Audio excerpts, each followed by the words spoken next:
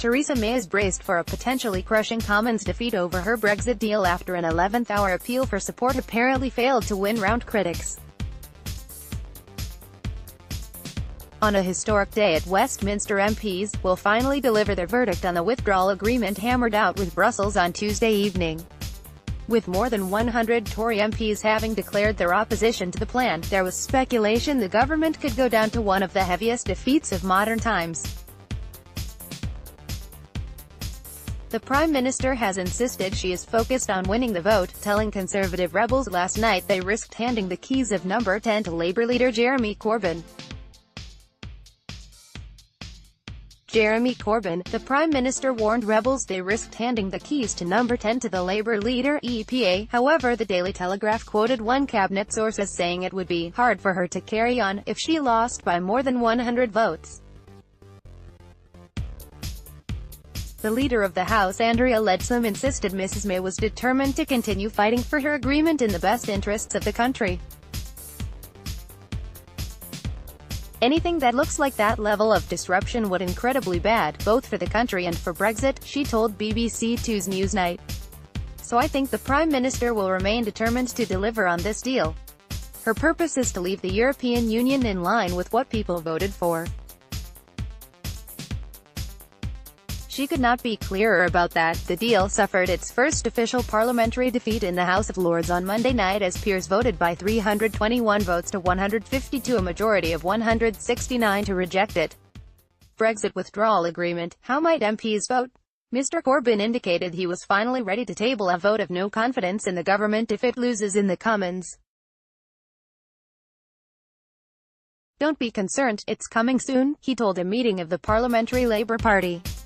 It would appear unlikely Labour can muster enough votes to force a general election, with both Tory rebels and the DUP indicating they would continue to back the government in a confidence vote.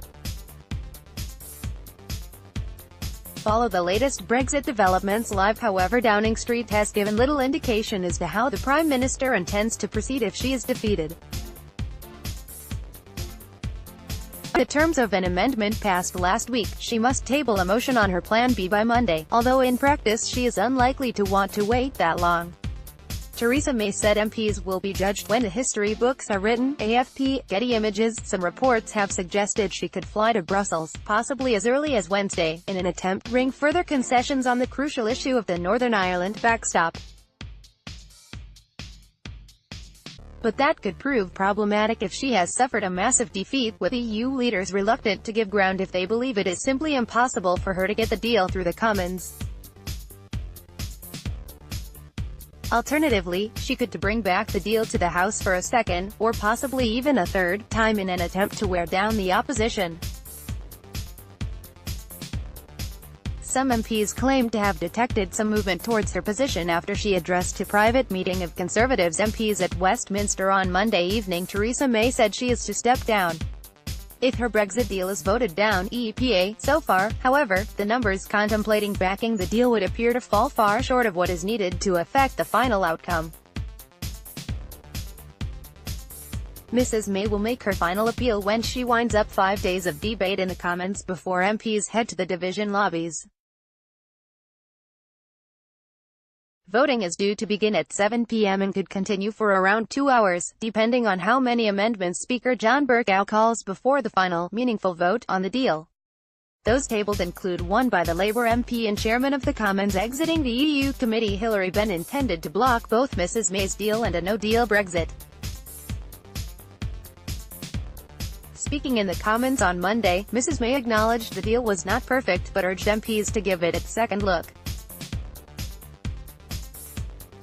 With some pro-Remain MPs backing moves to take control of the parliamentary timetable if she is defeated, she warned any attempt by the House to thwart Brexit would be a subversion of our democracy.